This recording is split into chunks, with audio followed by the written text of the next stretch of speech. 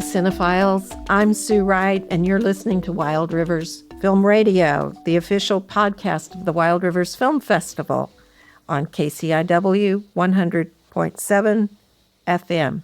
And Bev Jude is here with me today. Thank you. Thanks. Today we're sitting down with writer, director, and producer Robert Mann, the creative force behind the thrillers Pumpkin Karver and Airbnb, both screening locally this Halloween. You can catch them in a double feature at the Redwood Theater on Thursday, October 30th, and Pumpkin Karver will also play at Port-au-Prince South Beach on Friday, October 31st. You're listening to Wild Rivers Film Radio. I'm Sue Wright with Bev Jude, and today we're talking with filmmaker Robert Mann. So Robert, welcome to the show. Welcome. Thank you. Thanks for having me. All right. So I've been fortunate enough to, I got to have dinner with you last night. Yes, you did. And it was delicious. So in addition to being a great filmmaker, Robert is also a wonderful chef. Thank you. That's the key to being a good filmmaker. You have to feed your crew. Good food. Yes. You are extremely talented. Thank you. And I would love to bring some of that out for our audience to know more about your background. I thought you meant some of the food out. Well, I'd like some of the food too. But I think your background is just so fascinating that you've had so many different careers, and the way you approached it, I think it has something that will appeal to younger audiences as well as older audiences. So backing up just a little there. Backing up to the beginning. The very beginning, when I got my first camera beginning. I would love to hear that. To start. Okay, yeah. So I kind of grew up in two business. My father was a restaurateur, and my mother was an actor. And so I grew up on both those. That's why I cook, and that's why I do filmmaking. But my mother was dating a director. And of all things, he was a horror director, too. And so she would come on set, and she would do her things, and I would be invited, and I'd get to watch it. And I was just kind of fascinated with everything. And so this director gave me my first camera. And as a kid, we just started making all these different little films and everything. And so that's kind of how I got started with it. I would read lines. My mom would have rehearse lines, and I'd read the script and make sure she had her lines down. And so I just kind of got sucked into the magic of it all. And can I get that's probably my mother right now? Yeah. Calling from the She grave. hears you. But she brought me on set, and I would get hooked into it. And then there was what was called pickup shots. So after principal photography was all done and all the actors were away, there was one character that was around 22 years old. And at the time, I was probably 12, 13-ish. Mm-hmm. And he wasn't there, but they had to do some pickup shots with him. So the director says, well, Robert, why don't you just put on Stanley's clothes and put on his pants and his shirt, and we're going to do some shots. And I'm thinking, they're going to know it's not this guy. They're going to know it's me. And he goes, no, don't worry. So he shot really tight, and one of the things is he goes, can you throw left-handed? And I said, yeah, I think I can throw left-handed. So I had a beer can. I was supposed to throw a beer can at a sign. So I walked through and throw the beer can at the sign, hits the sign, and that was it. And okay, and I'm still thinking, they're going to know it's me. Yes. And then he goes, okay, we're going to do another scene, and you and your mother are she's going to portray another character, Stanley's girlfriend. You're going to be Stanley again, but this time you're walking drunk up to the front door. So, okay, sure. So I do that. And when I saw the movie, they had shot it so tight, you just kind of saw, the shoulder and then you saw the beer can. And then they just shot on the feet. So you really couldn't see anything else. And I just thought that was the most wonderful. That's movie magic, isn't it? That's me. Those are my feet. That's not even him. So it's kind of like magic, Yeah. So that's how I got started. And then I went to school.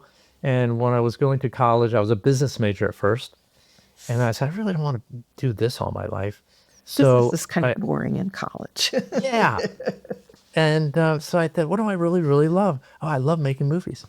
So I became a drama major, film minor, and went to a couple different colleges. I ended up at ACT doing the summer program, the American Conservatory Theater in San Francisco. From there, LA, and my buddy who also went to ACT, we did a little theater piece called In by 8, Out by 9. We invited industry people out, and we set up at the Improv on a Monday night when it was dark. And so we had maybe 100 agents and casting directors in, and they were all at tables, and we had fruit and grapes and cheeses for them and wine. You get white wine or red wine. And they watched an hour of theater, left. And one agent said to us, she goes, God, you guys work so well together. You should be a comedy team. There's no comedy teams anymore. And we said, oh, okay. We knew nothing about stand-up because we were a theater background. So we started doing some stuff at the Improv. And then we went to the Comedy Store with Mitzi Shore. And somebody had said, yeah, you're really not improv comics because we were characters. It was about the theater background. And we were called Piper and Tupper. And we were like Simon and Garfunkel, only 10 times groovier. But we thought we were wonderful rock stars, but we were stuck in the 60s. And our parents, we were born supposedly at Woodstock. Oh. And we would talk really groovy like this, and real soft. It's like, right on, man. Right on. Yeah. We dig the sun. We dig the rain. Yeah. And we do that, and we come on stage, take requests, we'd mess those up. And all the humor was based on us being, you'd laugh at us as opposed to us cutting down other people and stuff. Right. And it was musical, and it was big. We auditioned for Mitzi because she liked those acts. Come off stage, and she stops us, and she says, you are wonderful. You're like a breath of fresh air. So she goes, I want you as non-paid regulars. And we're going, yeah. Non-paid, okay. right? Non-paid. So we were all happy, and we get out into the hallway, and we're going, well, wait, what's a non-paid regular? So we're talking to the other comics who were, regular Comedy Store comics. And we say, hey, what's a non-paid regular? They go, well, you call in, you get your spots like everybody else, but you just don't get paid. And we said, oh, okay. Okay, well, that's all right. And we go, well, how long does that last? And they said, well, about 2 to 3 years. And we're going 2 to 3 years. Anyway, it took us about 2 months before she made us paid regulars, 4 months before we played in the main room, and about 6 months before we played in Vegas. And so from there, I started we did comedy all around, and then I started writing more screenplays and stuff. And started doing both of those. And the first film I did was called Trapped, and that was in 2000, basically. And wrote, directed, and acted in that one. Yeah. And then that just led to other films and other shorts, and Airbnb and The Pumpkin Carver, and here we are today. Here we are today. There you go. So your film Airbnb screened at the 2023 Wild Rivers Film Festival, our first year. And I have to tell you, it kept me on the edge of my seat. Good. So It was very good. it starts out with this couple celebrating their anniversary at a fairly isolated bed and breakfast, and things get dark from there. Yes, it does. Yes. So I'm interested. What inspired that story? I could be really creative and tell you, but I'm not. I'm going to tell you the truth. The truth of the matter was, and remember when we were doing the workshops, and I think I was talking to some of the students about you want to work backwards. So in other words, what resources do you have? How much money do you think you can get? And what is your target audience? And what is the marketplace? What is that? So in this one, I kind of worked backwards. I knew that I was time to make another feature, and I knew I had X amount of money, not a lot. And the main house where the Airbnb is, I had gone there a couple of years earlier just to stay there, and we were shooting in that area in Upper New York, in Cold Spring. And the lady said, listen, if you ever come back here, you can use the house, the property, and et cetera, et cetera. Which is a real gift. Which is a gift. Huge. Yes. Very nice. When you get your location, And you don't have, I don't know, did you have to pay for yeah, I this? paid for it, but very, very little, pennies on the dollar. And we got to stay there. So not only did I use the house for the shoot, but we also got to stay there. About 4 of us got to stay there. And we cooked there too. We cooked for catering. Now, sometimes there were kitchen scenes, and when we had the kitchen scenes, we go, okay, Gloria, gotta get out, because Gloria, who was in it, she was also the caterer. Okay, and she goes, well, I'm still cleaning up. Okay, clean up. Okay, now we got to switch it now to the shot.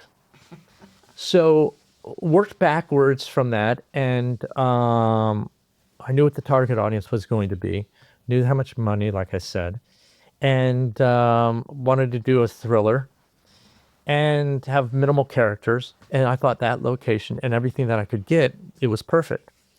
And so that's how it all came about. The creative aspect, once I knew that, I said, okay, and I was reading about Airbnbs and how a lot of people were being spied on and stuff like Right. that. Then I said, oh, this is perfect because the location is secluded, like you had said. And it was just perfect. It just all the pieces fell in place. And I think a lot of us who use Airbnbs are always worried about that camera in the bathroom or the bedroom. Yes. Yes. You hit all those crazy hot spots we all have when we go someplace like that. Yeah. And I just read another article last few months about they found another camera in another Airbnb and something. It's just. And you did some tricks with the lighting. Mm-hmm. Do you want to share any of that, or is that a trade secret for you? No, it's not a trade secret, but what part of the lighting is specifically About how when we were in some of the scenes that were darker, the lighting was physically darker. So Right. while the content was either negative or scarier. Right. I think you're probably referring to the scene where the guy walks into the room, the dark room, just the computer screens are illuminated. So in essence, very little lighting. A lot of it was practical lighting coming from the computer screens. I think we had a little bit of some diffusion, but not a whole lot. And so the illumination of the characters' faces would come from the screens, because we had a bunch of different screens that he was going through. So that was it. And then I think I colorized it just a little bit. The film gets kind of, it gets a little darker as it goes on. It starts out bright and sunny. They come to this Airbnb, everything's sunny, and then it starts getting darker and Right. darker and darker. And then we had the rains and stuff. So, yeah, It that was matched tricky. Yeah, Yeah, it set that mood as an audience member. yeah. It was almost as though I were really there. And I'm thinking about the scene where the two ladies are sitting in the, I don't want to give anything away here, but they're sitting at the river together, Oh, right.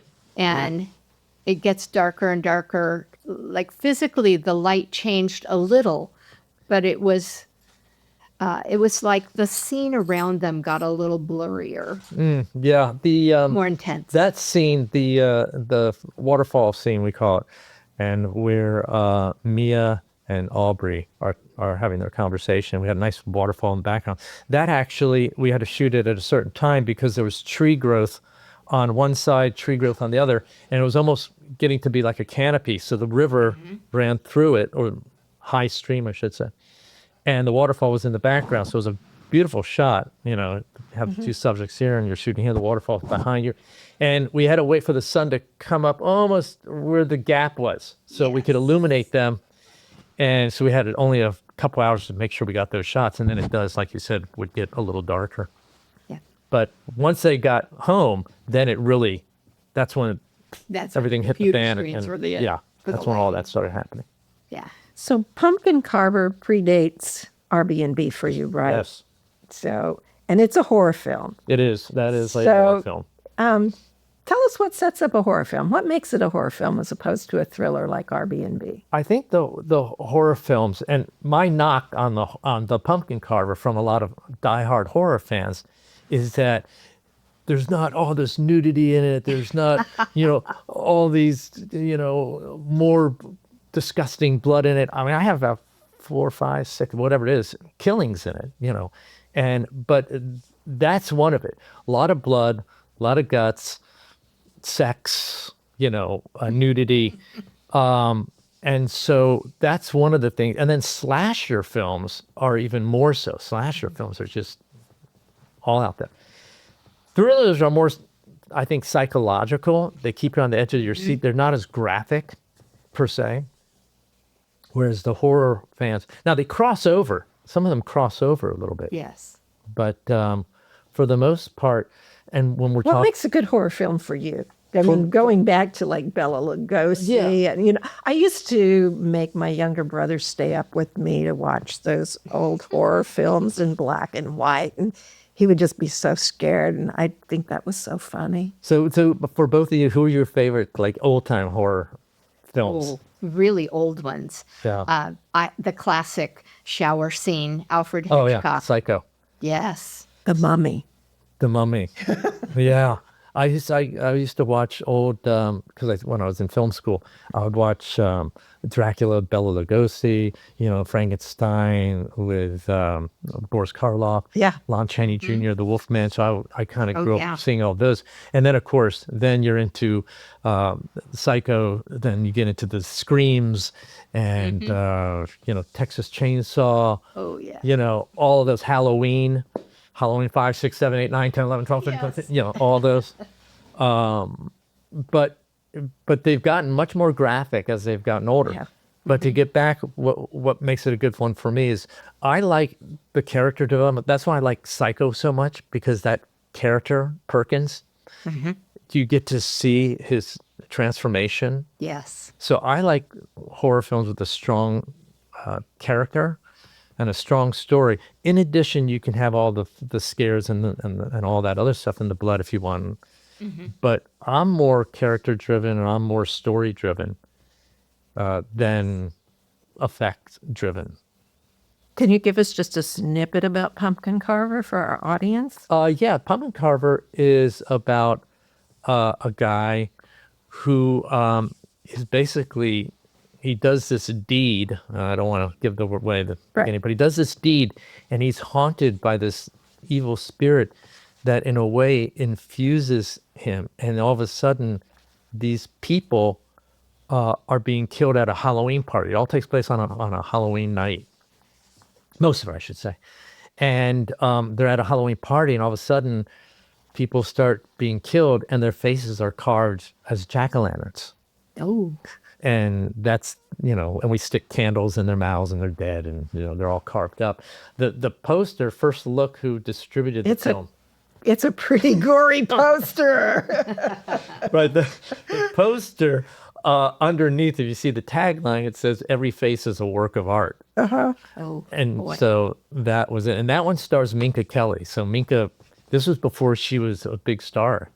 It was right before, literally right before we were shooting it. And then she got Friday Night Lights and stuff. So our audiences have lots of reasons to come out and see these two films, including the fact that you're going to be there to do Q&As, right? I'll be there Q&A. I'm going to be dressing up as Dracula, Count Dracula. Oh, perfect. And so everybody's got to come. They got to dress up. We got prizes, right? We got lots of prizes. Yeah, I want you to tell our audience a little bit more about what to expect at the Redwood on Thursday, October 30th. Well, with you guys' help, and we're doing it with Wild Rivers and in conjunction with you guys and everything. And so I think at 5 o'clock we start our Halloween costume contest, right? Okay. So we'll do the red carpet. We'll have all that. And I think we all will be judges, and we'll figure out the top 3. Great. And I've got scripts that I'm going to be signing of the Pumpkin Carver, our shooting script, our actual shooting script that I have. There's some DVDs for Airbnb, some posters, I believe, of Airbnb that we're going to give away. Great prizes for our cinephiles out there, right? Yeah, exactly. So they should come Sure. being very creative about their costuming. The more creative, the better they can win. I went to a Halloween costume one time, and I thought this was the most incredible costume. Some person came as the Statue of Liberty, as the Empire State Building. But it was all lit up. He had the lights and it all tiered, and he had helicopters flying around and King Kong climbing up. I love it. Climbing up it. I go, that's a great costume. That's a really cool costume. So they don't have to be scary. They don't have to be slasher Yeah. characters. Whatever you want to do. Okay. Yeah. So come on out. And it's a double feature. And it's at a the double Red- feature. So you get if you get both double features, if you pay for both double features, we're really slashing. We're slashing it, folks. Slashing the price. I think it's like $13. If you just want to see one film, you can see one film for the regular price of $9. Okay. But it's a bargain if you get the double feature. Perfect. Yeah. And the $13 is Friday the 13th kind of thing. I guess it Scary, will be. unlucky Yes. 13. Yeah, I guess it is. I never even thought about that, but good. Spooky. Yeah. Yeah. Okay. And then you're going to go the next night. The next night is Port-au-Prince, and that's in Crescent City, correct? Yeah. Yes. Yes, it South is. Beach. South Beach. Okay. Yes. So we're doing that. And we're doing a screening there, and you guys know more about that than me. The actual location and everything. I just visited it yesterday. Yes. It's down in Crescent City, and it's Port-au-Prince. They will have food trucks there, and most of the exciting things that always happen at Port-au-Prince will be going on, but after the show. So if someone wants to throw an axe, it'll be after the show. And they have music as And they well. will have And they- 3 or 4 different bands will be playing that night. So Right. it's really going to be a fun evening. You can come in costume if you like. There will be some door prizes and exciting things like that, and lots of libations. Lots of libations, yes. Yeah. And so we have the 30th at the Redwood, Right. Yes. and we're doing the double feature 30th at the Redwood for the costume contest and Yes. all sorts of fun things. And then the 31st on Halloween, we get drunk and throw axes at each other. And Maybe watch. not at each other. Halloween, Sounds right? like a Halloween fun time there too. But you'll get, your axe throwing lesson on the Karver flick. Right. Yeah. You'll be Perfect. prepared. So before we go, I want to talk just a little bit about your new project. So you've done comedy, you've done horror, you've done thrillers, but your new project is none of those. None of those. No. So what can you tell us about Kissing Raindrops? Kissing Raindrops, and you read the script. I have. So it's wonderful. I don't think Bev. I don't know have what you not want to seen tell the us about script. Kissing Raindrops. Kissing Raindrops is it's a drama, and it was inspired by a feature of mine called Beloved Wife. And Beloved Wife is about a guy. If you ever and Beloved Wife was inspired by the Natalie Merchant song called Beloved Wife. So I heard that song and I went, oh God, this is just so emotional and moving. It'd make a great screenplay. So from that I wrote Beloved Wife, and it's about a guy who loses his wife after 50 years of marriage and his struggles in dealing with that emotional loss. And so I wrote the screenplay, and right now we're trying to get it out to people like Russell Crowe, Jeff Bridges. We're trying to contact him right now. Their agent has that. And we're trying to get a good star of that age attached to it. And so what we're doing with Kissing Raindrops, a director photographer, a friend of mine, Matt Espinshade, came up to me, and he had just bought a 16 millimeter camera. And he says, Rob, do you have a short that we can shoot? And I said, no. And I said, but let me think about something. So I thought, hey, you know what? If I condensed and changed Beloved Wife a little bit, it'd make a nice little emotional short, and changed a few little things. And that's what we did. So going from, let's say, 115-page screenplay to a 23-page screenplay, condensed it, changed a few things, and that's how that came about. And so I thought, God, this is going to be a really nice thing. And then I can use that short to help pitch Beloved Wife. So when we start going in that direction with investors and stuff like that, we can say, hey, look, this is what Beloved Wife is going to look like. It's going to have the same emotional content, the same vibe and feel of Kissing Raindrops. Now you're dealing with some pretty strong issues in Kissing Raindrops. Yes. One of them is the right to die, in a sense, assisted suicide. And because you've got this person who's so distraught, and he's partially paralyzed at this point in his life, and because of a situation after his wife or fiance dies, and he's just doesn't want to live anymore. He wants to be with her. This character, Francis, who I'm actually going to play the lead in this one, is just too good of a role for an actor to pass up. Yes. I really thought about, It is a good role. yeah, I really thought about farming it out and just focus on that. But I said, you know what, this is just a great, challenging role. And so I thought, yeah, this would be great. And but he's very emotional, and he's in that place where his whole focus has been about this new love of his life that he's found. And in a way, it's a one-dimensional character. The other character is much more faceted, but his objective is just all about her, and that's the whole issue. And I don't know if you've ever had anybody that you've loved a lot. I went through a divorce, and I kind of felt the same way that Francis felt. Loss and grief, right? Yeah. And I was actually in a 48-hour lockdown because it was really bad news for me. But Wow. yeah, it was just really, sad. Okay. And well, yeah, but I know where he's coming from, because when you do that, you just think about, you just want to be with that person. You want to stop the pain. It's really about the pain.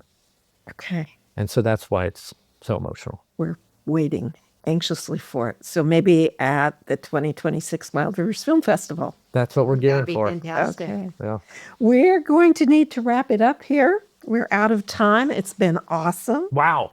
Yes. For any of our audience that's just tuning in, this is Wild Rivers Film Radio on KCIW 100.7 FM. I'm Sue Wright with Bev Jude, and we've been talking with Robert Mann. If you want to know more, you can find us on wildriversfilmfestival.com or our Wild Rivers Film Festival verified page on Facebook and Instagram. Yeah. See you next time. Thank you all very much. Appreciate it. Pleasure. Yes, Thank it was you. fun, Rob. Yeah, it's great. Loved it. Yeah.